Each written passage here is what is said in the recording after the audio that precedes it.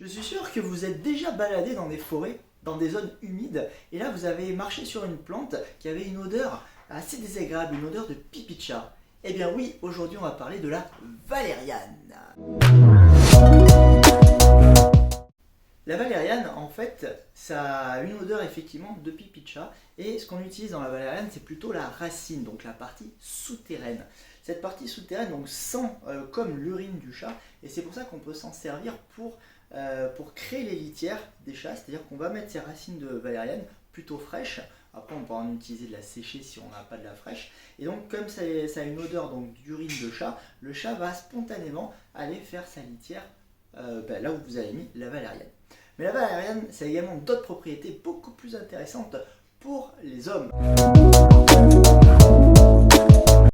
Oui, moi, Dioscoride, déjà dans mon premier bouquin Dématériel médical, je parle de la valériane en disant que ça a une odeur qui pue. Oui, Dioscoride, pour ceux qui ne le connaissent pas, en fait c'était un peu le tout premier arboriste à l'époque, au 1er siècle avant Jésus-Christ. Voilà. Et donc il a écrit un bouquin Dématériel médical et déjà il relatait 600 plantes. Et la valériane était effectivement utilisée par les Romains. Alors ça voulait dire des valere qui signifiait fort, en bonne santé. Mais on s'est rendu compte en fait que la valériane avait surtout des propriétés au niveau nerveux. Ça permettait de calmer les insomnies et on s'en est surtout rendu compte après la guerre mondiale, après la seconde guerre mondiale, parce que beaucoup d'hommes se sont mis à consommer beaucoup de valériane parce qu'ils avaient en fait perdu le sommeil. Alors du coup la valériane, comment est-ce qu'on l'utilise la valériane, elle est utilisée, on peut la retrouver dans des médicaments, on peut l'utiliser sous forme de décoction, je vous explique après ce que c'est, on peut l'utiliser sous forme de gouttes, de PS, mais à quoi ça sert? Eh bien la valériane, ça va être un puissant anti-stress, c'est-à-dire que quand vous êtes dans une situation stressante où il y a des palpitations, où on ne se sent pas bien, la valériane, ça va permettre de vous calmer, ça va permettre de vous apaiser.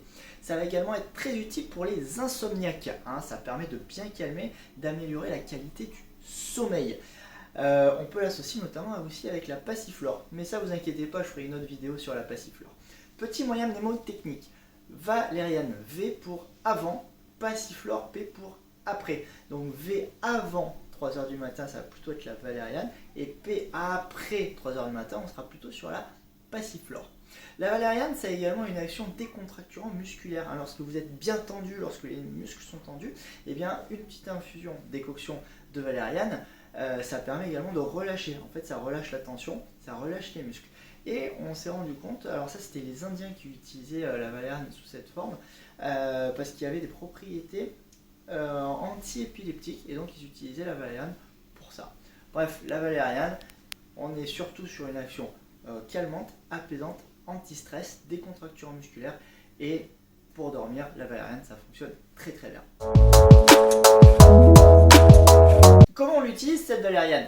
C'est une racine, on a dit. On va utiliser, c'est une plante, mais on utilise la racine. Et la racine, qu'est-ce qu'on va faire? On va faire une décoction. C'est-à-dire que vous prenez votre racine qui est coupée et vous allez la faire bouillir. L'eau, quand elle bout, on met à petit feu, on met notre valériane dedans, et là on va attendre 20 minutes, ok? Une fois que ces 20 minutes sont passées, vous coupez le feu, vous filtrez, là vous récupérez votre décoction de valériane. Vous pouvez la boire chaude, vous pouvez la boire froide, vous pouvez la conserver au frigidaire pendant 3 jours.